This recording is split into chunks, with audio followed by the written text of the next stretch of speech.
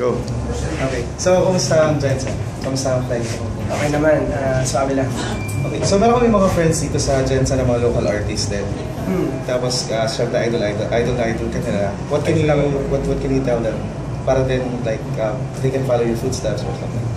Advice. Mag-aaral kayo ng mabuti. Kung ayaw nyo mag-aral, huwag kayo magpapahuli. Ayun, so, I mean, paano ba, what did you do na nakapasok kayo sa mainstream music industry? Ginagawa lang namin yung ginagawa namin hanggat sa dumating yung point na umabot na siya sa maraming tao.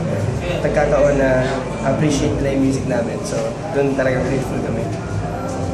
So, meron bang difference yung nagsisimula kayo sa ngayon? Ano ba yung mga differences? Mas maraming nakikinig ngayon. Mas malawak yung audience, iba't ibang tao. Kahit iba't ibang preference sa music, tsaka sa kanya-kanyang taste ng gusto pa rin nila yung hip-hop tsaka rap music. So nakakatuwa dahil parang nakakapag-cater kami sa ganung karami, tsaka iba't ibang klaseng tao from all walks of life. Gusto na yung rap, unlike hindi tulad ng dati na parang... How about yung motivation for songwriting? Kasi pag nasa yung mga underground, talagang boost talaga yung damdamin. Pero pag nasa mainstream ka na usually, or parang pressured ka na kasi parang mga dapat na theme na kailangan. Meron bang ganun? Wala naman. Ano lang yan, pag dictated ng iba, may ibang tao yung dapat mo isulat. Pero regardless of underground or mainstream, kung ano man yung gusto mong isulat bilang ikaw, bilang artist, yun yung dapat mo isulat.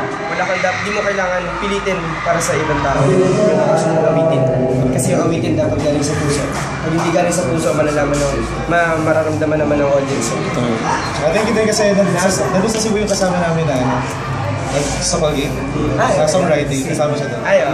So thank you for sharing your... Any last word for the people of Jensen, your fans? Maganda na kayo sa napakalupit na show. Okay. Artifice. Thank you.